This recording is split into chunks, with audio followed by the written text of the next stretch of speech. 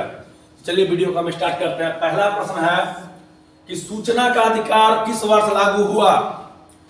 RTI, right to information, RTI. तो right to information जो है कब लागू हुआ? तो राइट टू इंफॉर्मेशन 2005 ईस्वी में लागू हुआ। आर्मी में पूछा हुआ प्रश्न है ये बच्चा। दूसरा, भारत राष्ट्रीय खेल दिवस भारत में कब मनाया जाता है? 16 सितंबर, 29 अगस्त, 29 अप्रैल, 9 दिसंबर। तो राष्ट्रीय खेल दिवस जो है 29 अगस्त को मेजर ध्यानचंद के जन्मदिन पर मनाया जाता है, ठीक है। 3 का है, भारत ने दूसरा परमाणु परीक्षण कब किया था? दूसरा परमाणु परीक्षण तो भारत ने 1974, 1975, 1998, 1971। तो दूसरा परमाणु परीक्षण जो है 1998 ईस्वी में किया था। सी नंबर। केसर का चौथा नंबर प्रश्न, केसर का सबसे बड़ा उत्पादक राज्य कौन सा है? उत्तराखंड, जम्मू कश्मीर, हिमाचल प्रदेश, अरुणाचल प्रदेश। तो केसर का सबसे बड़ा उत्पादक राज्य जो है वो पहला, वो आपको जम्मू कश्मीर है। अल्फांसो किस फल का किस्म है? अल्फांसो किस फल का किस्म है? अंगूर, आम, केला या सेब? तो किसका हो जाएगा? आम का। 6 नंबर है, स्थानांतरण कृषि का अन्य नाम क्या होता है? पहाड़ी इलाकों पर जो है ना झूम कृषि को स्थानांतरण कृषि बोलते हैं। ए नंबर। 7 का, आयरलैंड की राजधानी कहां स्थित है? आयरलैंड की राजधानी कहां स्थित है? Newport, Dublin, Edinburgh, Cardiff. तो क्या हो जाएगा? डबलिन हो जाएगा। 7 का बी हो जाएगा। 8 क्या कहता है कि सबसे प्राचीन संविधान किस देश का है? सबसे पुराना संविधान, तो सबसे पुराना संविधान हो जाएगा आपको अमेरिका का। किसका हो जाएगा? अमेरिका का। 4 ऑप्शन के अनुसार। माल प्रभा योजना किस राज्य में स्थित है? असम, गुजरात, महाराष्ट्र या कर्नाटक। तो क्या हो जाएगा? माल प्रभा योजना जो है कर्नाटक में स्थित है। 10 नंबर है, बाबर ने अपना भारत पर कितना बार आक्रमण किया था? तो भारत ने बाबर पर टोटल 5 बार आक्रमण किया था। कितना बार? 5 बार आक्रमण किया था। Option number B. हम सभी जानते हैं 1526 में भी किया था, लेकिन इससे पहले भी उसने 19 में सबसे पहले किया था, ठीक है। भारत का कौन सी नदी जो है कर्क रेखा को 2 बार काटती है? कर्क रेखा को 2 बार काटने वाली एकमात्र नदी माही नदी है। माही नदी कर्क रेखा को 2 बार काटती है, ठीक है। हरमंदिर साहब किस राज्य में स्थित है? हरमंदिर साहब बिहार, पंजाब, राजस्थान या गुजरात। हरमंदिर साहब जो है वो पंजाब में स्थित है। कहां है? पंजाब में। बुद्धा स्मृति पार्क कहां स्थित है? तो यह जो है बिहार के पटना जिले में स्थित है। बिहार के पटना जिला में स्थित है। बिहार के पटना में। तीसरा एम्पायर, थर्ड एम्पायर का शिकार सबसे पहले कौन से खिलाड़ी बने थे? तीसरा एम्पायर का शिकार जो है सबसे पहले कौन बने थे? तो सचिन, रमेश तेंदुलकर यही बने थे।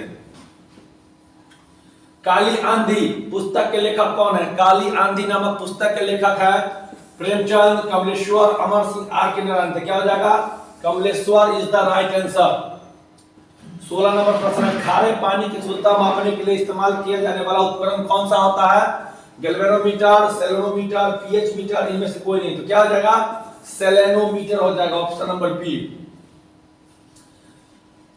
परमाणु के नाभिक का आकार कितना होता है? हम सभी जानते हैं 10 के पावर -15 मीटर जो है परमाणु के नाभिक का आकार होता है।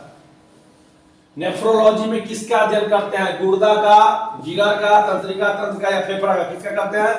गुर्दा का करते हैं नेफ्रोलॉजी में। हुक का नियम किससे संबंधित है? 2 ही ऑप्शन है 2 मिनट के, लेकिन उत्तर इसी में मिल जाएगा आपका। हुक का नियम जो दाब से संबंधित होता है। किससे? दाब से। 20 नंबर प्रश्न की ओर चलते हैं। तत्व की खोज किसने की थी? सीबोर्ग ने, लॉरेंस ने, रदरफोर्ड ने या कुराटॉव ने? क्या हो जाएगा? सीबोर्ग ने जो है वो आपको तत्व की खोज की थी। बैगन किस कुल का पौधा होता है? सेलिनीसी, कूड़ेदार, यूरेनियम, जेसिपियम। क्या हो जाएगा? सेलिनीसी वर्ग का जो है यह पौधा होता है। दूध का पीएच मान कितना होता है? 8, 6.1, 6.4 या 6.1 क्या हो जाएगा 6.4 इज द राइट आंसर। साबुन किस सिद्धांत के आधार पर काम करता है? प्लवनशीलता, सतही तनाव, चिपचिपापन या लोच? साबुन किस सिद्धांत के आधार पर काम करता है? तो क्या हो जाएगा इसका उत्तर सतही तनाव हो जाएगा, सतह के तनाव के सिद्धांत पर। 24 नंबर है द ओरिजिन ऑफ स्पीसीज किसकी रचना है? पुस्तक है साइंस की। चार्ल्स डिकेन, मैडम क्यूरी, रदरफोर्ड या चार्ल्स डार्विन? क्या हो जाएगा Charles Darwin is the right answer. कोशिका का अध्ययन क्या कहलाता है? ये फलों का कोशिका का अध्ययन को हम लोग साइटोलॉजी बोलते हैं, साइटोलॉजी। हीरोइन किससे मिलता है? हीरोइन किससे मिलता है? तो हीरोइन मिलता है अफीम से। किससे? अफीम से मिलता है। 26 का बी हो जाएगा। मनुष्य की शरीर की सबसे बड़ी कोशिका क्या होती है? तो मनुष्य की शरीर की सबसे बड़ी कोशिका हो जाएगी तंत्रिका तंत्र। चट्टान और खनिजों में सबसे बड़ी मात्रा में मौजूद तत्व क्या होता है? कार्बन, सिलिकॉन, हाइड्रोजन या आयरन? 4 ऑप्शन है इसके, आप सही बताएंगे। चट्टान और खनिजों में सबसे बड़ी मात्रा में क्या होता है? सिलिकॉन होता है। क्या होता है? सिलिकॉन। 29 रासायनिक यौगिक का सबसे छोटा संभावित क्या होता है? रासायनिक यौगिक का सबसे छोटा संभावित यूनिट क्या होता है? परमाणु, इलेक्ट्रॉन, प्रोटॉन या अणु? तो क्या हो जाएगा रासायनिक यौगिक का सबसे छोटा क्या होता है? वो आपको होता है परमाणु। क्या हो जाएगा? परमाणु हो जाएगा। परमाणु is the right answer. 30 number रासायनिक दृष्टि से चूने का पानी क्या होता है? रासायनिक दृष्टि से चूने का पानी क्या होता है? तो रासायनिक दृष्टि से चूने का पानी calcium hydroxide, sodium carbonate, sodium hydroxide या कैल्शियम कार्बोनेट? क्या हो जाएगा? Calcium hydroxide. Option number A is the right answer. इस तरह से 30 प्रश्न आपके हो चुके हैं। 31 से मैथ पढ़ाने के लिए आपको पंकज आ रहे हैं। ठीक है, जय हिंद। मैथ का क्वेश्चन लेकर के आया हूँ, सेट नंबर 11 का है ये। ठीक है, इससे पहले क्वेश्चन नंबर 1 से लेकर के 30 तक विकास सर जी के जैसे करवा चुके हैं, और 31 से लेकर के 45 तक मैथ का क्वेश्चन में पंकज कुमार आपको ये सॉल्व करके बताऊंगा, और आप लोग इसे ध्यान से देखिए, है ना। पहला जो क्वेश्चन आपका ये जो है 31 नंबर क्वेश्चन, ये आपको क्रय मूल्य विक्रय मूल्य लाभ हानि चैप्टर से लिया गया है। ठीक है, देखते हैं क्वेश्चन में क्या कह रहा है कि एक वस्तु का जो विक्रय मूल्य है ना वो 750 रुपये है। ठीक है, सवाल बोल रहा है कि एक वस्तु को 750 में बेचने पर 25% की हानि होती है। 25% की हानि हो रही है, तो इसका क्रय मूल्य क्या होगा? ठीक है ना, यानी क्रय मूल्य हमें यहाँ पे ज्ञात करना है। ठीक है, तो देखते हैं क्या होता है क्रय मूल्य इसका, सो है ना। यानी कि यहाँ पे जो आपको दे रखा है वो दिया हुआ है हानि परसेंट। ठीक है, हानि परसेंट कितना दे दिया है आपको? वो दे दिया है 25%। ठीक है, और ये जो आपका वो क्या बेचने पर है ना 750 में बेचने पर, यानी क्या उसको हम कहते हैं एसपी, यानी कि विक्रय मूल्य। ठीक ना, तो विक्रय मूल्य जो वो दे दिया कितना 750 रुपये दे दिया है, और पूछ रहा आपसे क्या चीज़ कि क्रय मूल्य कितना होगा इसका। ठीक ना, तो क्रय मूल्य के लिए सिंपल सा फार्मूला होता है ना। क्रय मूल्य बराबर क्या होता है फार्मूला? क्रय मूल्य बराबर क्या होता है? तो जितना का हानि होता है वो आ जाएगा नीचे में। ये विक्रय मूल्य कितना है 750 रुपये, तो 750 गुने कर देंगे हम लोग 100, यानी कि विक्रय मूल्य गुने 100 बटा 100 माइनस हानि परसेंट। हानि परसेंट है 25, 100 में से 25 घटाएंगे आ जाएगा कितना 75, और काटेंगे इसको तो 75 से 75 एकम 75, 100 को 10 से गुना करेंगे इसको तो आ जाएगा कितना 1000 रुपया। यानी कि उसको जो है 1000 रुपये में उसको क्या करना होगा? बेचना होगा। ठीक है, ऑप्शन नंबर ए उसका सही उत्तर रहेगा। ओके, चलिए अगले प्रश्न को देखते हैं। क्वेश्चन नंबर 32 नंबर क्वेश्चन क्या कहता है, सो है ना।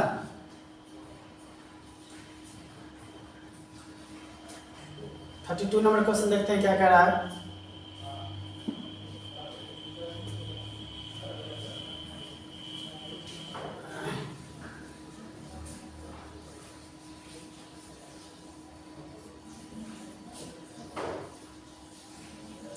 चलिए देखते हैं 32 नंबर क्वेश्चन में है कि एक वस्तु का अंकित मूल्य, 32 नंबर क्वेश्चन में भी है वही है आपका, है ना।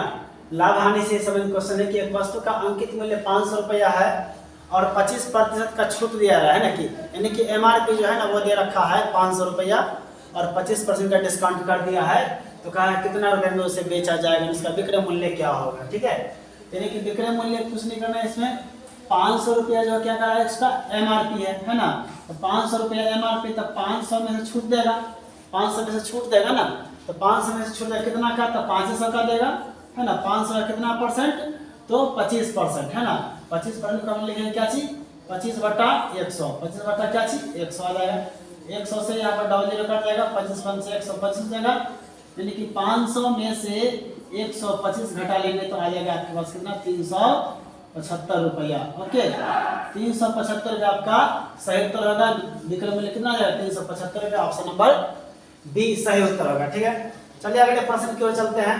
कह रहा है कि 92 से 61 का घनमूल क्या होगा, है ना, तो देखेंगे घनमूल निकालने का सबसे बेहतरीन एकदम ट्रिक दिखा रहे हैं आपको, हम देखेंगे है ना, कि 92 से 61 है, 92 से कितना है 61, इसमें क्या करना है कि घनमूल निकालना है। ठीक है ना, तो आप देखेंगे इसमें सबसे पहले क्या करेंगे कि दाईं ओर से है ना, दाईं ओर से जो है, दाईं ओर से 3 अंकों को अलग कर लीजिएगा। ठीक है, इसको अलग करेंगे, इसको 2 है बांट देंगे, तो ये हो गया, एक भाग हो गया 261 और एक भाग कितना 9 हो गया। ठीक है, अब देखेंगे हम लोग कि यार एक जो है, यानी कि जो भाग बांटे हैं ना, उसमें हम देखेंगे दाएं भाग में कि इकांक जो है वो कितना है, तो इकांक है यहाँ पर 1, और इसके बारे में सोचेंगे कि ये किसके घन में आते हैं, यानी कि किसका पावर 3 करेंगे तो ये वाला इकांक आएगा, है ना, तो आप जानते हैं कि 1 का क्यूब करने पर 1 के आएगा।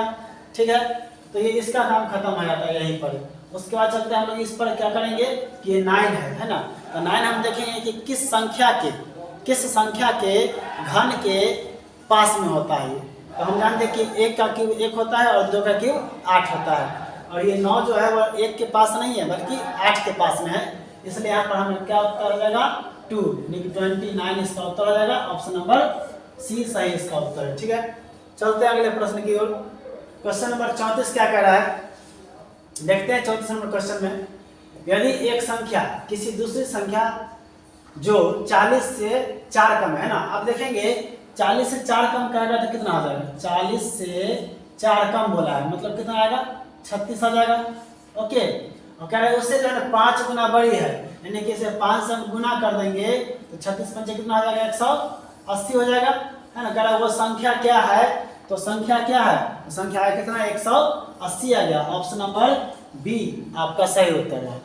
ठीक है, चलिए देखते हैं अगले प्रश्न नंबर 35 की तरफ बढ़ते हैं हम लोग। 35 नंबर क्वेश्चन क्या है, एकदम आसान क्वेश्चन, अलजेब्रा क्वेश्चन, बीजगणित का क्वेश्चन है ये, इसमें x का मान निकालना होता है, वही वाला है, इसमें कुछ नहीं करना। देखेंगे आप क्या लिखा हुआ है यहाँ पे कि 2x + 7 बट्टा x + 4 बराबर कितना है 3/2 है ना। इसको क्रॉस गुना करेंगे आप यहाँ पे, तो ये हो जाएगा 4x + 14 बराबर, इसको क्रॉस गुना करेंगे यहाँ से ऐसे, तो यहाँ कितना आ जाएंगे 3x + 12, ठीक ना। और यहाँ पर इसको इधर ले आएंगे तो देखिए 4x में से 3x को माइनस करेंगे तो बचेगा एक सिंगल x, और ये वाला इधर आ जाएगा, है ना, तो 12 है प्लस में, 14 आ जाएगा माइनस में, बचेगा 2 माइनस में, है ना, x का मान -2 आ जाएगा। ऑप्शन नंबर आपका सी सही उत्तर रहा। चलिए क्वेश्चन नंबर देखते हैं 36 नंबर की ओर। कह रहा है क्या कि 6 आदमी जो है 6 आदमी 10 दिन में 150 रुपए कमाते हैं, है ना। 6 आदमी 10 दिन में 150 रुपए कमाते हैं, तो 8 आदमी 7 दिन में कितने रुपए कमाएंगे। ठीक है, तो देखते हैं हम लोग यहाँ पे क्या करेंगे कि कर देते हैं कि 6 गुने 10 कर देते हैं, बट्टा में कितना आ जाएगा ये 150 हो जाएगा, बराबर यहाँ पे 150 है क्या, 150 जो है वो रुपया है, ठीक ना। कह रहे हैं कितने रुपए कमाएंगे, तो हम मान लेते हैं कि 100 रुपया कमाएंगे। कितने आदमी मिलकर के, तो यहाँ पर 8 आदमी मिलकर कितने दिनों में, तो 7 दिनों में, 7 से गुना कर देंगे। ठीक है, अब इसको हल करेंगे हम लोग, तो देखते हैं कि 10 से 1 जीरो कट जाएगा। ओके, फिर यहाँ पर कटेगा 3 से, 3 × 5 = 15, और 3 से कटेगा 3 दूना 6 आ जाएगा, और 2 से काटेंगे हम तो 2 से आ जाएगा कितना, 2 चौका 8 हो जाएगा।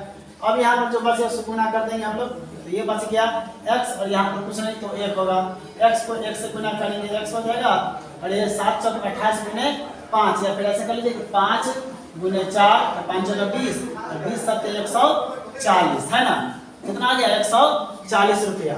ऑप्शन नंबर क्या हो जाएगा, बी हो, सी हो, हाँ सॉरी बी हो जाएगा, बी। ओके चलते हैं क्वेश्चन नंबर 37 नंबर क्वेश्चन क्या कर रहा है, यह है आपका एसआईसी है, यानी कि चक्रवृद्धि ब्याज पर यह क्वेश्चन है आपका। इसे मिश्र धन ज्ञात करने के लिए कहा गया है। और आप जानते हैं कि मिश्र धन जो होता है ना, वो मूलधन और ब्याज को मिलाकर के होता है, यानी कि मूलधन जितना आप देंगे है ना, उसमें आपको ब्याज भी देना पड़ता है, तो वो मिश्र धन कहलाता है। चलिए देखते हैं क्या कहता है क्वेश्चन में कि 8,000 रुपया को 5% वार्षिक ब्याज की दर पर जो है 5% वार्षिक ब्याज की दर पर चक्रवृद्धि ब्याज पर लगाया गया है ना 2 वर्ष के लिए। कितने वर्ष के लिए, 2 वर्ष के लिए, ठीक है। टाइम हो गया 2 वर्ष और 8,000 रुपया है, ठीक है ना।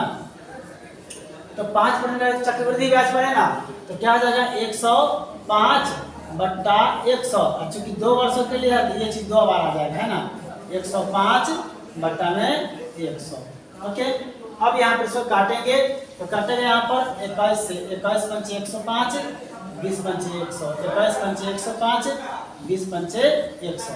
और यहाँ पर हम देख रहे हैं तो 00 से 00 कटेगा और 2 दूना 4 से 20 बार में कट जाएगा 80, ठीक ना। और ये जो उत्तर आ गया आपके पास 21 को 21 से गुना करेंगे 441 है ना, और गुने में कितना है 20 है। अब इसको गुना कर देना है तो 0 का 0 रह गया, 2 एकम 2, 2 चौका 8, 2 चौका 8, 8820 रुपया आपको देना पड़ जाएगा, ठीक है। कुल मिश्र धन की बात हुआ तो ये 8820 रुपया ऑप्शन नंबर आपका क्या हो गया, बी सही उत्तर हो गया, ठीक है। इसमें 2 ऑप्शन कंप्यूटर से बाय मिस्टेक वो हट गया है, ठीक है ना, लेकिन कोई बात नहीं है। चलिए यहाँ पे ऑप्शन नंबर आपका बी सही उत्तर आ चुका है। ये 820 रुपया जो हुआ ना, यह केवल 2 वर्षों का 5% रेट से केवल ब्याज हुआ है, ठीक है। अब कुछ मिश्र धन, तो मिश्र धन क्या होता है, मूलधन प्लस ब्याज। तो मूलधन 8,000 है और 820 रुपया उसका ब्याज है, तो मिला के 8820 रुपया उत्तर आपका आ चुका है, ठीक है। चलिए ऑप्शन नंबर यहाँ पर बी सही उत्तर हो गया। चलते हैं क्वेश्चन नंबर 38 की ओर। कह रहा है कि 5 के पावर 4 गुनी 5 के पावर 8 का वैल्यू क्या होगा, है ना। तो आप जानते हैं ना कि कोई भी संख्या जाता है ना, यानी कि किसी भी संख्या के पावर m, जैसे कि a के पावर m और गुने a के पावर m, यानी कि जब गुना में हो 2 संख्या या 2 से अधिक कई प्रकार की संख्या हो सकते हैं, जिसका बेस जो है ना, बेस वह समान होगा। तो वैसे पावर को हम लोग आपस में क्या करते हैं, तो याद रखेंगे कि जोड़ देते हैं, ठीक ना। जब बेस क्या हो, बराबर हो, तो पावर को हम लोग जोड़ देंगे। और यहाँ क्वेश्चन वही है कि 5 के पावर 4 और गुने 5 के पावर 8, यानी कि 5 के पावर कितना आ जाएगा, 8 4 12। ये आपका सही उत्तर हो गया, 5 की पावर 12 सही उत्तर है, ऑप्शन नंबर सी। अगले क्वेश्चन की तरफ देखते हैं। क्वेश्चन नंबर 39 कह रहा है एलसीएम स्थिर से संबंधित क्वेश्चन है ये, है ना, कि 15 18 36 से 44 है ना, 15 है 18 है और 36 है और 144 है।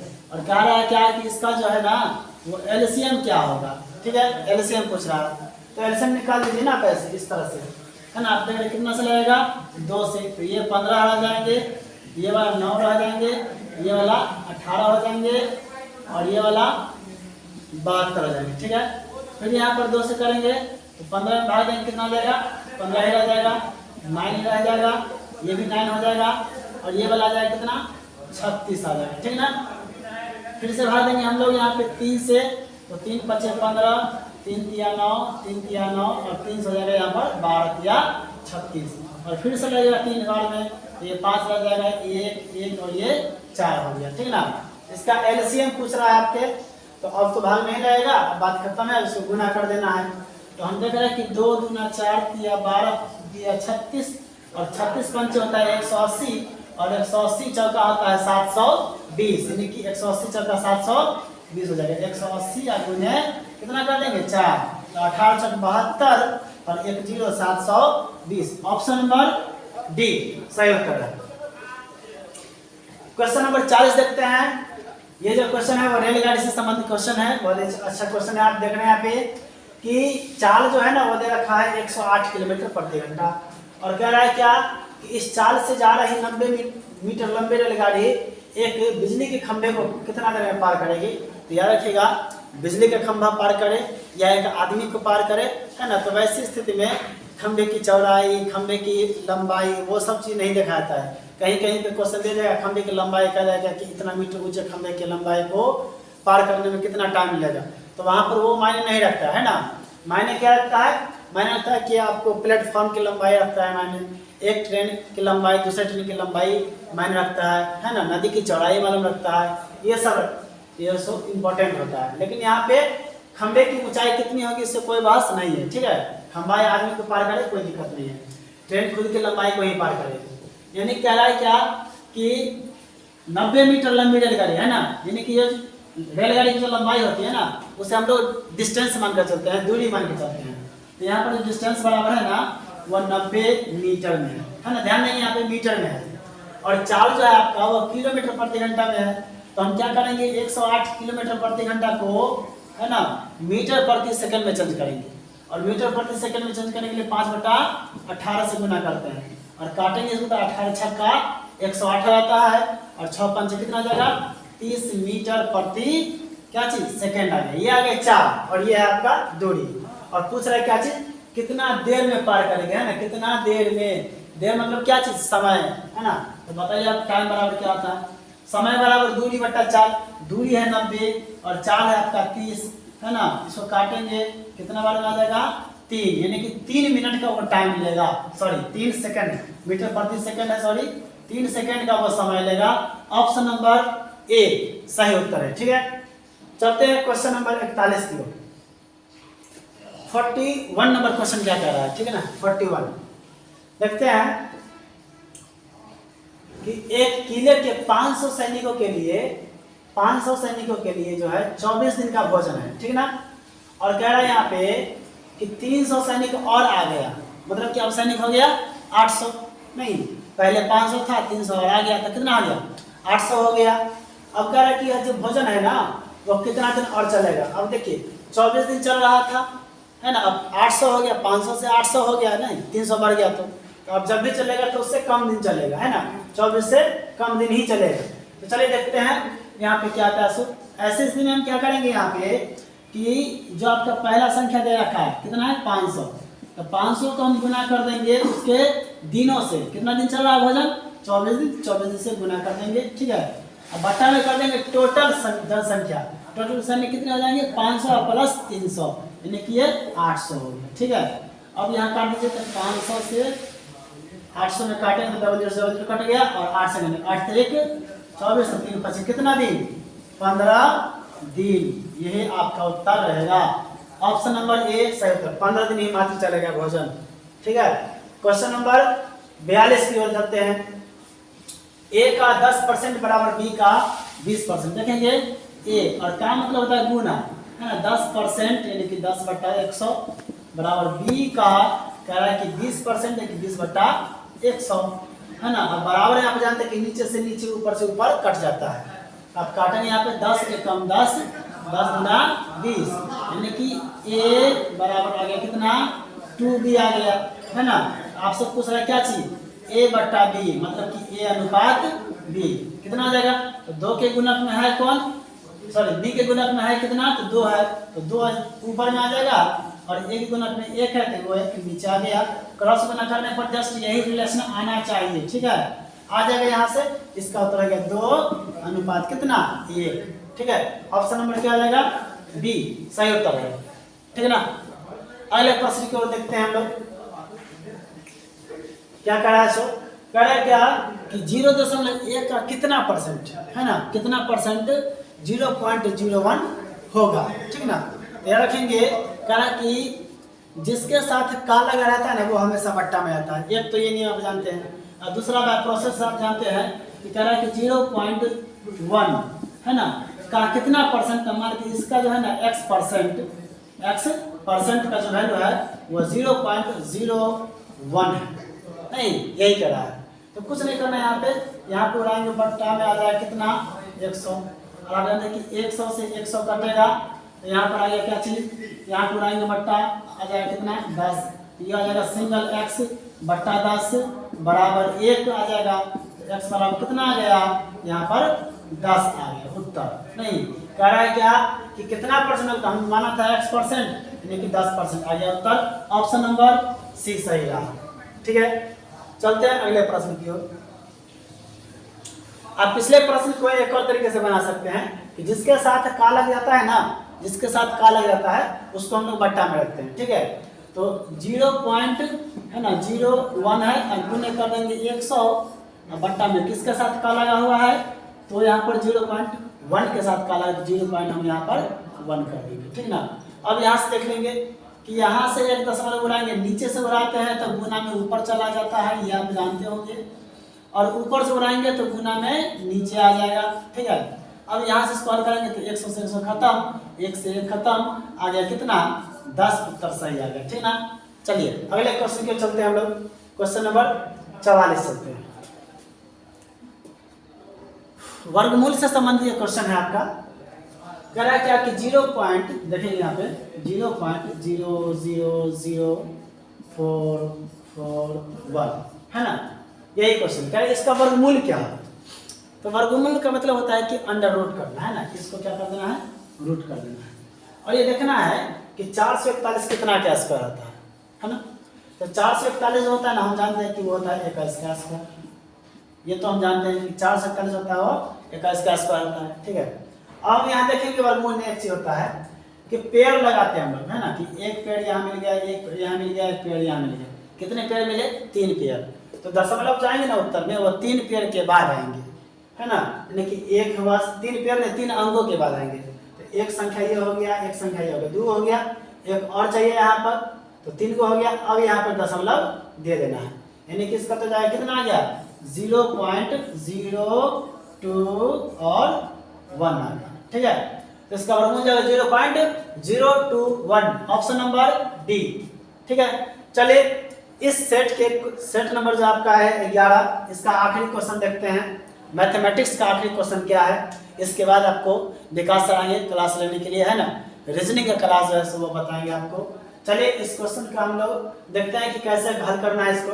करें कि सबसे बड़ी भिन्न क्या होगी है ना, बड़ा भिन्न बनाने के लिए ना, ये छोटा भिन्न निकालने के लिए हम लोग क्या करेंगे कि दिए गए सारे भिन्न संख्याओं को लिख देंगे है ना, कितना कितना है वो सारे के सारे हम लिख लेंगे, सारे ऑप्शन को हम लिख दिए, कितना कितना था वो सब लिख दिए। ठीक है ना, और इसको क्या करेंगे बड़ा भिन्न हमको चुनना है। तो बड़े भिन्न के लिए ना हम लोग हमेशा बड़ा मान को चुनेंगे और छोटे वाले को छोड़ते चलेंगे, और हमेशा 2-2 भिन्न में कंपेयर करेंगे, 2-2 भिन्न में। ठीक है ना, जैसे कि इन दोनों में कंपेयर करेंगे, तो इन दोनों में कंपेयर करने में क्या होगा, कंपेयर मतलब तुलना करना, और तुलना जो होता है ना वो क्रॉस गुना से होता है। ठीक है, क्रॉस गुना करेंगे यहाँ पे तो हम देखेंगे 5 एकम 5 हो जाएगा यहाँ पे। ठीक ना, और 3 दूना हो जाएगा 6। ठीक ना, 5 एकम 5 और 3 दूना कितना हो गया 6 हो गया। और हम देखते हैं कि 5 बड़ा है कि 6 बड़ा है, नहीं तो मालूम चला कि 6 बड़ा है, इसलिए इसको छोड़ देंगे और इसको लेकर चलेंगे। ठीक ना, अब इसमें हम सोचेंगे इसके आगे साथ तुलना करेंगे तो 3 5 आ जाएगा 15, 3 5 15 हो जाएगा, 5 का 20 आ जाएगा, तो 15 की 20 तो 20 बड़ा, चलिए हम 20 ले लेते हैं, इसको छोड़ देंगे। अब अगला कंपेयर करेंगे हम लोग तो देखेंगे 4 चौका 16 हो जाएगा, क्योंकि यहाँ पर है कितना 16 आ जाएगा, और यहाँ पर 5 तिहाई 15 हो जाएगा। तो 15 16 बड़ा कौन होता है 16 होता है ना, तो 16 बड़ा हो जाता है, तो 16 का फ्रैक्शन है कौन 4/5 है, तो ऑप्शन में हो गया क्या हो गया 4/5 हो गया, ऑप्शन नंबर सी, यह आपका सबसे बड़ा भिन्न हो गया। ठीक है, तो आगे देखते हैं। और 46 नंबर प्रश्न रीजनिंग का क्या कहता है कि DFIM, तो आगे क्या होगा तो देख लेते हैं। D के बाद होता है E, फिर F, फिर होता है G, H, फिर I के बाद J, K, L, फिर M, मतलब 1 2 3, अब आगे बढ़ेगा 4, तो क्या होना चाहिए N, O, P, Q, अब होगा R, क्या हो जाएगा R। देखिए 1 बड़ा 2 बड़ा 3 बड़ा आगे 4 बढ़ेंगे तो R उत्तर हो जाएगा, समझ रहे हैं, बहुत आसान है। चलिए 47 नंबर कहता है 1 6 15 45 66 और 91 25 26 27 28, तो क्या हो जाएगा उत्तर। देखिए 1 और 6 के बीच में +5, फिर क्या किया इसमें जो है 6 और 11 के बीच में क्या कर दिया है, देखिए कितना बढ़ाया तो बढ़ा दिया आपको 9, और इसमें कितना बढ़ा 4 बढ़ा, तो ऊपर सब में अब 4 ही बनेगा। ठीक है, तो 15 में अगर 9 4 13 बढ़ाते हैं तो कितना होता है 28, आगे और जांच करेंगे अगर तो 13 में 4 बढ़ेगा तो 17 होगा, तो क्या 28 और 17 45 होता है, 8 17 में 5 हाथ में 4 45।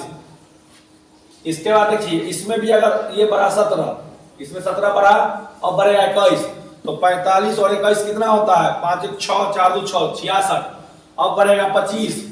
देखिए 25 अगर बढ़ाते हैं 66 और 25 6 5 करेंगे, हाथ में 6 2 8 1 9 91। इसका मतलब है कि इसमें 4 4 का डिफरेंस होते जा रहा है, तो 28 उत्तर सही हो जाएगा।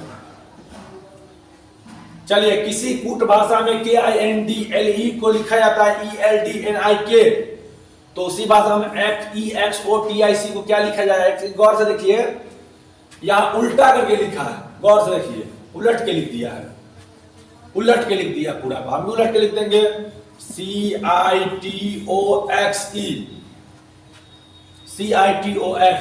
Option number D is the right answer. चलिए ये प्रश्न थोड़ा समझने वाला है।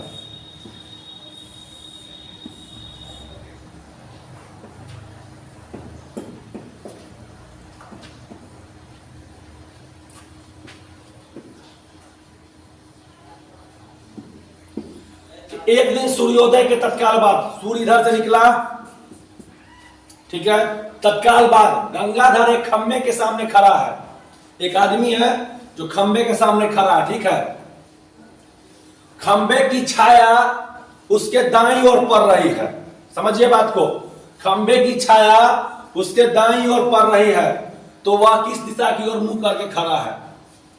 जैसे ये सूर्योदय हो गया, सूर्योदय के ठीक बाद गंगाधर एक खंबे के सामने खड़ा है, मान लीजिए ये कोई खंबा है, ठीक है, और इसके सामने ही खड़ा है, इसके सामने ये खड़ा हो गया, इधर कहिए, इधर भी कर सकते, इधर भी कर सकते हैं। अब कह रहा है उसकी छाया, इसकी परछाई जो है ठीक इसके किधर बन रही है, खंबे की परछाई तो बनेगी हमेशा इधर, याद रखिएगा, खंबा का परछाई जब भी सूर्य इधर से पड़ेगा इधर पड़ेगा, खंबे की परछाई ठीक उसके दाईं ओर पड़ रही है, मतलब दाहिना हाथ की तरफ पड़ रही है। इसका मतलब है कि वो व्यक्ति इस तरफ दक्षिण दिशा की ओर देख रहा है, किस दिशा की ओर, दक्षिण दिशा की ओर देखेगा। देखिए समझिए बात को, सूर्य हम खंबा, ठीक है, या सूर्य खंबा हम, तो जब तक कभी भी खंबा का इधर से सूर्य की रोशनी पड़ेगा तो खंबा इधर बनेगा, इसका परछाई, ठीक है, खंबा का, और ये अगर हाथ हमारा इस दिशा में रहेगा, इसका मतलब सर हमारा इस दिशा में रहेगा, ठीक है, तो इस तरह से क्या होगा, इस तरह से आपका जो है दक्षिण दिशा उत्तर राइट हो जाएगा, दक्षिण दिशा, ठीक है।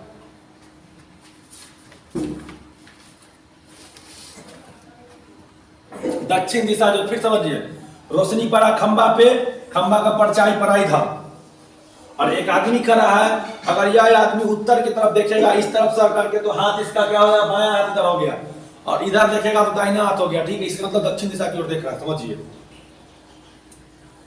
लास्ट क्वेश्चन है,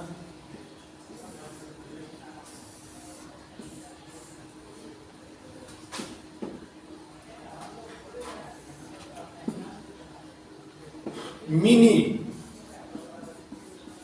यदि चंपी की बहन है, दोनों लड़की, ठीक है, बहन चचेरी बहन है, तो चंपी मिनी के पिता, तो चंपी मिनी के पिता, मिनी के पिता की कौन हुई, भैया सीधा सीधी बात है, भतीजी हो जाएगी, इसमें कुछ कहना है ही नहीं, भतीजी हो जाएगी। इस तरह से 50 प्रश्न आपके